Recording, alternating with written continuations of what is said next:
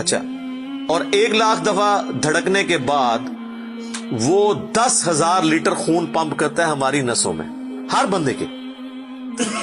ایک انسان کے جسم میں جو نسوں کی لینتھ ہے نا، یہ آپ کی جو نروز ہیں،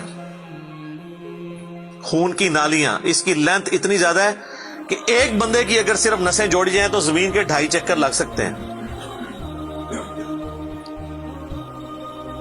40,000 کلومیٹر زمین کا سرکمفرنس ہے، 1,00,000 کلومیٹر 2.5 چکر زمین کے لگ سکتے ہیں. ان ساری نسوں میں خون کا پہنچنا اور وہ خون اپنے اندر آکسیجن لے کر جائے، ایک ایک خلیے تک پہنچنا، اور خلیے کی تعداد سینکڑوں میں، ہزاروں میں، لاکھوں میں، کروڑوں میں، اربوں میں نہیں ہے. 100 ٹریلین سیلز ہر انسان کے اندر موجود ہیں. 1 ٹریلین 1000 ارب کے برابر ہے، 1000 بلین کے برابر. اور 1 ارب میں نے آپ کو بتا دیا کتنا بڑا ہے. تو 100,000 ارب ہر بندے کے جسم میں خلیے ہیں. تو سائنٹسٹ کہتے ہیں یہ تو آپ صاف کر ہی نہیں سکتے. آپ کو بس مختصر بتا دیتے ہیں کہ انگلینڈ جیسے 30 ملک ہوں اور ان 30 ملکوں میں صرف درخت ہی اگے ہوئے ہوں، اور ان درختوں کے جتنے پتے ہوں گے نا اتنے ایک جسم میں خلیے ہیں. اور خلیے یہ نہ سمجھے کہ وہ ایسی کوئی چیز ہے. ایک خلیے کے اندر اتنے سسٹم ہے کہ نیو یارک سٹی جتنی جگہ چاہیے اگر ہم ایک خلیہ ہمیں بنانا پڑ جائے، جو کچھ اس کے اندر سسٹم موجود ہے. سوچ نہیں سکتا. بس انسان پھر یہی کہہ سکتا ہے اللہ اکبر کبیرا والحمد للہ کثیرا وسبحان اللہ بکرۃ واصیلا. ابھی اسٹرانومی کی فیلڈ میں جائیں تو بندہ پاگل ہو جاتا ہے. آج تو ہمیں ٹیلیسکوپ کے ذریعے کیا کچھ پتا چل چکا ہے. ناسا کی رپورٹس تو آئے دن ڈسپلے ہوتی رہتی ہیں، اس میں میری ویڈیوز بھی آتی رہتی ہیں. اس وقت ناسا نے جو ڈسکوری کی ہے نا، اس کے تحت 250 بلین گلیکسیز ہیں اس کائنات کے اندر، 250 ارب. اور ارب میں نے آپ کو بتا دیا کتنا بڑا فگر ہے.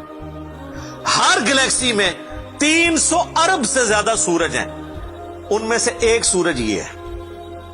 اس طرح کے 300 ارب سورج صرف ہماری گلیکسی ملکی وے میں ہے، اور یہ ایک گلیکسی ہے. اور اس طرح کی 250 ارب گلیکسیز اور ہیں. اور یہ سائنٹسٹ کہتے ہیں کہ اتنا بڑا فگر ہے کہ دنیا میں جتنے سمندر ہیں ان کے کنارے پر ریت کے ذروں کی تعداد ہے نا، اس سے زیادہ سٹارز اور پلانٹس اس کائنات کے اندر ہے. تو کوئی کیلکولیٹ ہی نہیں کر سکتا. اور یہ وہ چیز ہے جو انہوں نے کیلکولیٹ کی ہے. لوگ کہتے ہیں انہوں نے گنے کیسے ہوں گے. وہ ایک تھوڑا سا ایریا کنسیڈر کرتے ہیں، اس کے بعد اوور آل لے کے اسے ملٹیپلائی کر دیتے ہیں. یعنی اگر میں آپ کو بتا دوں کہ باسکٹ کا سائز اتنا ہے، اس میں اتنے انڈے آتے ہیں، تو یہ ہمارا حال جو ہے اس میں کتنے انڈے آئیں گے، تو آپ کہیں گے جی اس حال کا سائز بتائیں، اسے ملٹیپلائی کر کے کیلکولیٹ کر لیتے ہیں. وہ یہ نہیں ہوتا کہ وہ ایک ایک کر کے گنتے ہیں، ورنہ تو ان کو بھی لاکھوں سال چاہیے گننے کے لیے. اوور آل کیلکولیشن وہ کر لیتے ہیں. تو یہ ایک الگ سے ایک ٹاپک ہے بہت بڑا. اس ٹاپک کے اوپر میری یوٹیوب کے اوپر کئی ایک ویڈیوز ہیں. ان میں ٹاپ آف دا لسٹ میری ویڈیو آج سے آلموسٹ 12 سال پہلے ریکارڈ ہوئی تھی، 2008 کے اندر.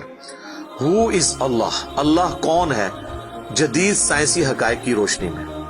اس کے بعد پھر ایک اور ویڈیو میری ریکارڈ ہوئی آج سے آلموسٹ 7 سال پہلے، مسئلہ نمبر 83B کے عنوان سے، ہو کریٹڈ گاڈ، اللہ کو کس نے پیدا کیا اور جدید شیطانی وسوسوں کا تحقیقی جائزہ، جس میں میں نے دور حاضر کے ایک بہت بڑے leading atheist professor Richard Dawkins کی کتاب ہے دا گاڈ ڈیلوژن، اس کا میں نے علمی محاسبہ کیا تھا.